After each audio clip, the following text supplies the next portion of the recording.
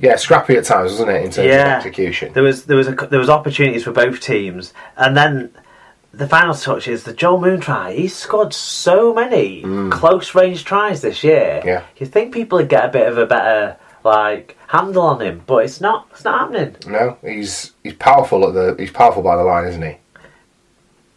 The second half started with a Stevie Ward try. That's a player I want to talk about. Yeah, impressed me a lot during the game. I thought he put in good, hard, solid work, ran some great lines, showed up when he was needed in defensively, and showed some of the sort of leadership qualities that he's always been pegged to have, stepping up and putting on the Captain Scarlet 13 shirt and all of the above.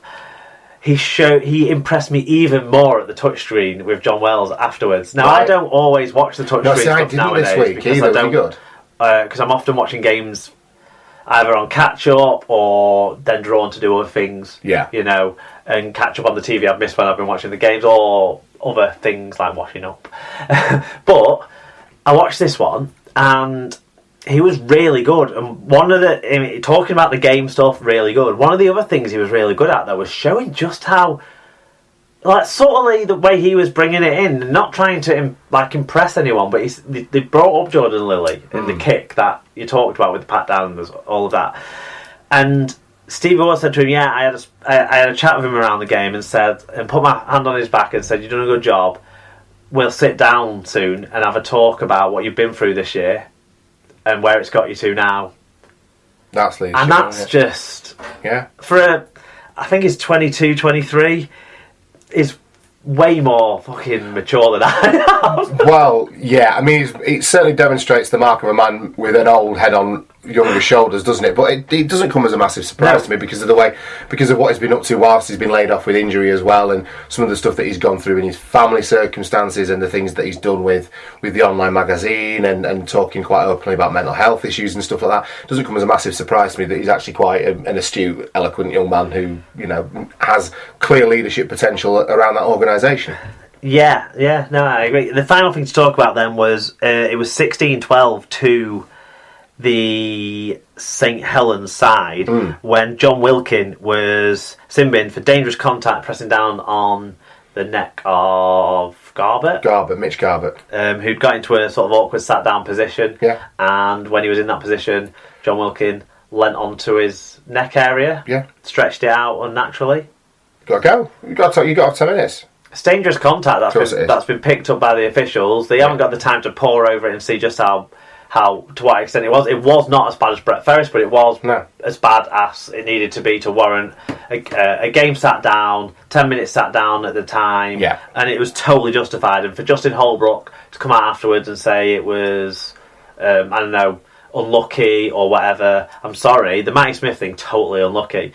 John Wilkin thing was caused by an act of foul play that is punished with that, and that's justified to me. That did help swing the game around a little bit because during the period Callum Watkins scored a try, and then just after it ended, Ryan Hall scored a try. Yeah, I think that was what kicked Saints into actually making some of the plays that they were putting on Connect, because before that they had opportunities. They were doing okay, and then they got opportunities, and James Roby took advantage of his opportunity, but others maybe not so much. And I just think that was where they left themselves with too much to do. And I'm not even convinced the sin-binning swung it as much as they might feel it did, because I think Leeds were going to find a way of... I felt like Leeds were going to find a way of scoring, because if the forward pack from Leeds was imposing itself on this game, the forward pack from St Helens was Alex Walmsley, and then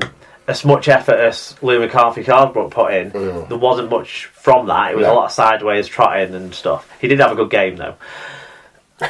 Except for all the sideways trotting. Well, for him, he had a good game. Yeah, by his standards, I've not been impressed with him this season, and the last couple of times I've watched him play, I have been impressed by him, and so I thought it was worth noting. But Alex Walmsley, the only one who's consistently making the big meters. Leeds had all of their middle unit players, which is why they didn't need to use Ormondroyd. Making big meters, making big holes in the defence, and taking the load off, whereas Saints are relying on their outside backs to make the ground and then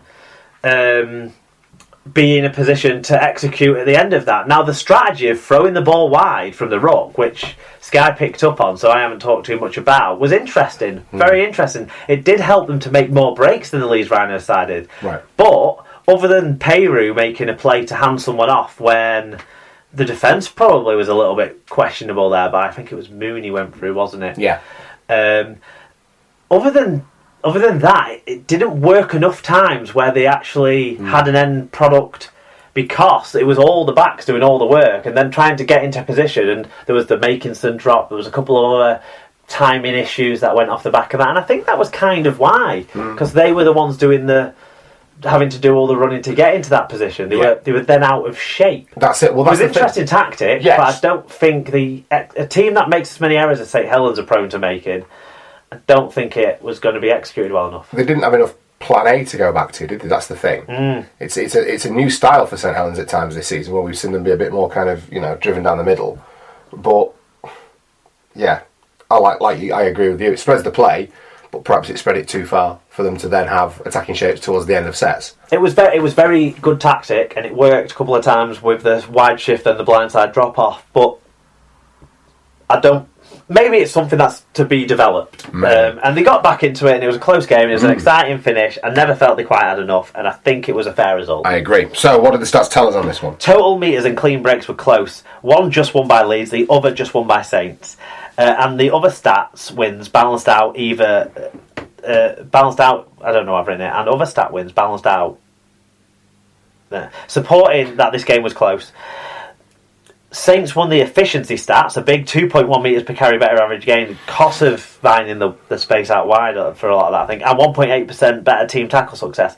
Leeds won the positive to negative impact plays difference though by plus 26, thanks to a 20-7 successful offloads, 8-12 in errors, and the 3-11 penalty count that's already been mentioned. And I didn't feel like that penalty count was totally out of the flow of the actual game. But obviously, if you're a fan of one team or the other, you pick up on any infringement and feel that way, and that's totally understandable. It's understandable to a point. As the Saint himself knows, fans are way more biased than the referees are. Yeah, he does. So I would suggest if you lost the penalty count by that wide of a margin, that there weren't 7 of them that were unjustifiable.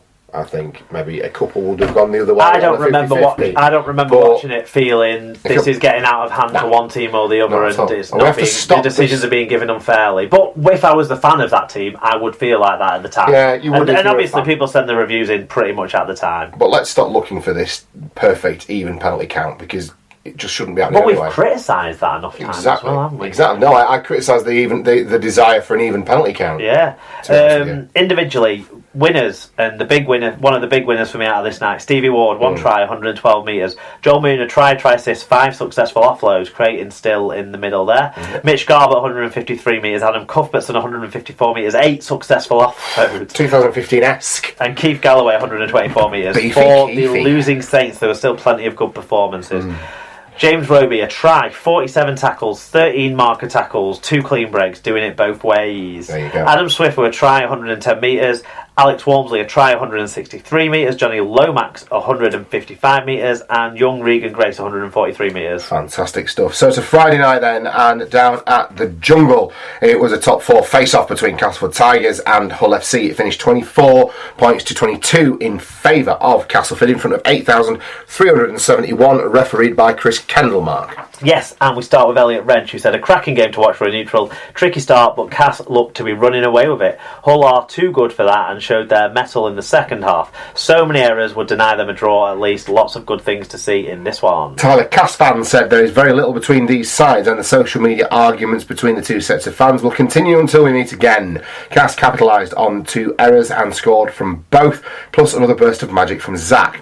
Those last few minutes, my bum squeaked so much it played the national anthem. I don't like the national anthem. I prefer Jerusalem or Sweet Caroline. We got to hear Sweet Caroline. Well, for me, the national anthem is the Radiohead song, so... I like the national anthem. Yeah, the Radiohead song. No, the national anthem. Fat Boy... No, Tess Stinks at Tiger... Whoa, bloody hell. Fire! Said, John Wells catches somebody nicking his car and instead of calling the police, asks him for a breakdown of Cass's performance. Oh. This is more touchscreen action. It was Ryan Sheridan. Right. The beanie has been lost, but it's been replaced by a cap, so we still don't quite know what's going on under there. It's terrifying. He looks so fucking shifty. It's weird, isn't it? Did you watch it? No, I didn't. Go back and watch it, Tom. Go on Sky's website or whatever. At home. I can watch it. Yeah. It's hilarious. He never looks at the camera until right at the end. He's shifting around. He's got his greasy little hair poking out under his hat. Poor old Ryan Sheridan. He did do a good breakdown, just in a voice that was like, "Yeah, mate, yeah." What a quarter on eighth, yeah. All right, it's just like a shit weed dealer. Yeah. Did he have his little Adidas like over the shoulder little pocket? That's usually what they carry their gear in, isn't it? Fair play. I'm going to go back and watch that tonight when I get in, because that sounds like abject hilarity. And Tess Stinks, Tiger from Wakey. A blast from the past. It's fabulous to hear from you, sir. We still don't know who Tess is. Who or why Tess Stinks. Yeah, exactly. I hope it's his dog. And it's not what he just, he's not slagging off his wife or something. We've touched on this. Anyway, thank you, Tiger from Wakefield. Fat Boy Rob. I may be proved wrong or biased or both when I watched this back, but I thought Cass were the better side. And the match should have been put to bed by 60 minutes. We've got a couple of gifts in the first half, followed by another bit of magic from Zach. I've always been a Cass fan. Hardacre, just before the break, Cass dominated the first 20 minutes of the second, but lack of discipline and errors almost let FC back in. # never in doubt. Tyler Kendall fan got in touch and said, "Nice of Hull to give us all those points, and at last the RFL let one of our fans ref a match. Got a bit too close for comfort towards the end, but it looks like the hubcap is ours." It does, Tyler number 2. AK Steel 69. Hull secured a Corbyn-like victory at the Jungle on Friday to end the Tigers' record-breaking home winning streak. Very good. I love these. I look ahead, right, to work out who's I'm going to get to read out, because we do it alternately. And I was so happy. Right, I'll even start again because it's worthy. Hull secured a Corbyn-like victory at the Jungle on Friday to end the Tigers' record-breaking home winning streak. Hull scored more tries than Cass, had a further try disallowed, and gifted Cass 2 of their 3 tries. Radford claimed in a post-match press conference that he would now seek to form a confidence and supply arrangement with Lee in order to occupy top spot in the Super League table for the good of rugby league. That would have won you Tweet of the Year, I think. That is superb. Had everyone known that Lee would have been in some sort of darker coalition, then Corbyn would be setting up. Which is about right. Lee are a good link in for the DUP though. They are the DUP of rugby league. Given what we saw this weekend. Yeah, Rich Langley said, "Gifting Cass scores is never a sound plan, but those aside, Hull's defence kept Cass quiet and outscoring them 4 tries to 3 bodes well for later in the season. If the guys can take their intensity levels of the last quarter to a full 80, they're going to take someone to the cleaners. Focus now should be on taking second place and booking another Wembley trip. Simple. Hope this review makes it in, even if the pod has gone anti-Hull." Yeah, we hate the Hull sides, don't we? Joshua. I hate Castleford though. Well, we all hate Castleford. Yeah. We're all against them. Yeah. Joshua got in touch. He said, "A good game, 2 good teams, top players, Fanua, Talanoa and Kelly." Nice one, Josh. Then Josh's mum, Sarah, got in touch and said, "Once we had woken up in the 65th minute, we played some nice rugby. Would have been interesting had we played for the first 65 too. Fully expecting a few players to be banned for next week." Yeah, it got a bit sort of... Who got banned from that? Chuck yourself about it, didn't it, at one point? I agree with Sarah's assessment on this. I think if Hull had played for the full match, we could have seen a very different result, because I don't think Castleford were clicking quite as well as they have been doing. I don't think they have necessarily for 2 or 3 weeks, but they've been grinding out results. So in some respects, that's fine, because that's the mark of a championship team or a potential champion side. But Hull will be ruining this and think that this is 2 competition points lost. I don't think it makes a fabulous amount of difference in terms of what the final standings will be or anything like that. But psychologically, perhaps heading into playoffs and semi-finals and grand finals, this might play a part. Had it gone Hull's way, as it goes, I think Castleford probably on the balance of things just about deserved to win, because Hull weren't clicking and Castleford took their chances. But for me, these 2 teams would be a wonderful grand final from my point of view.